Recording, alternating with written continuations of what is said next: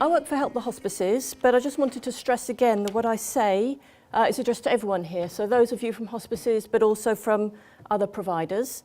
We hope, obviously, having heard the first two presentations, that lots of people here will be interested in becoming more involved. So I just wanted to talk about how we can start to think together and work together towards implementation.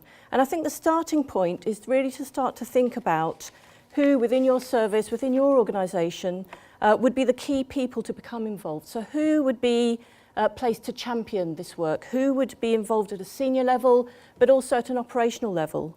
Who might already be involved in collecting and analysing data? Who's comfortable with data? Who understands the value of using data to inform decision making? It might be people involved in clinical audit, it might be others, but also to start to think about how this work could build on what you're already doing and your existing ways of working and existing systems. Because I think getting that support, that understanding, that cultural commitment is going to be a really important part of making this work well. Now, we recognise that not everybody will feel able to commit to full implementation straight away. There's a lot there, or to move at the same pace. And so Help the Hospices and Cicely Saunders Institute have been working together to try and think about how we can best support and encourage hospices and other providers to work towards implementation and to take part. So therefore, what we're proposing is 3 levels of involvement, and you can choose what's the right starting point for your organisation. Now, these are in development, and one of the things we wanted to do today was share them with you while we're still developing and thinking them through so that we can get your feedback and we can refine them. So the first level would be about signing up to get information, getting regular updates, getting invited to some of the events around this work. So it's really becoming part of the community of interest, becoming informed, keeping up to date, being part of the discussion, without, at that point, at that level, actually taking part in collecting and analysing and submitting the data. So that's level 1. The second level would be the same things as level 1, but in addition, also receiving e-learning materials and training resources, getting some remote support in how to input the data. You'd be expected to commit to coming to some of the learning events, and also to start submitting data to us centrally. And you would receive, once you'd submitted data, you'd receive some feedback and recommendations about how you could improve your data quality. And again, we recognise you might not feel able to commit to implementing all the measures straight away, all in one go. That would be okay. We would work with you if a phased approach feels better and more doable. Then the third level is receiving ongoing support from one of the quality improvement facilitators. Again, we're exploring what this might look like, but we're thinking potentially of having people work on a regional basis or geographically defined basis so that one area or region would have a dedicated quality improvement facilitator working with the providers in that area.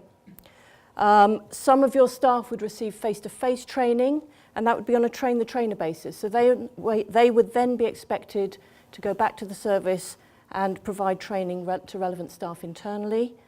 You'd be expected to submit, to implement the measures, submit the data. Your data would be analysed and you'd get an individual site report. And over time, we'd work towards that data being used for benchmarking and being shared with you. But as Fliss has explained, that's going to be something which takes time to get the case mix analysis right and so on.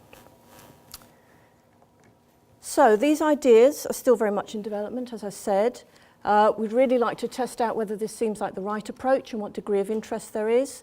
There will be costs involved, obviously, so we're looking at how we can create some of these roles, QIF-type roles. There's also been need for someone to do the data analysis. So we're working through that as well, but it's probable that what we'd be looking at is some kind of subscription model. So there'd be a different fee attached for each of the different levels because you get more input as you work through the levels. And we'll share that with you, but we haven't yet got to the point of being able to work that through.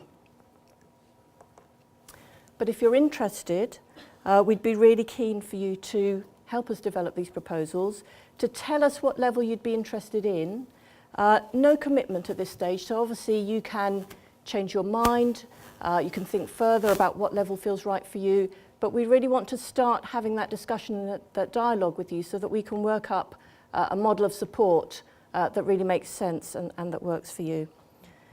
We'd like to get the thinking started about who would be involved in your organisation, and really I think the staff member engagement and involvement and having someone who's really designated and dedicated to driving this work within your organisation will be crucial, and they will need to commit time to make it happen. I mean, that's the reality of it. We're hoping to work towards launching this in early 2015.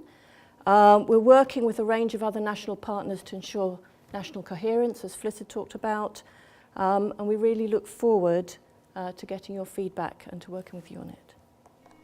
Thanks.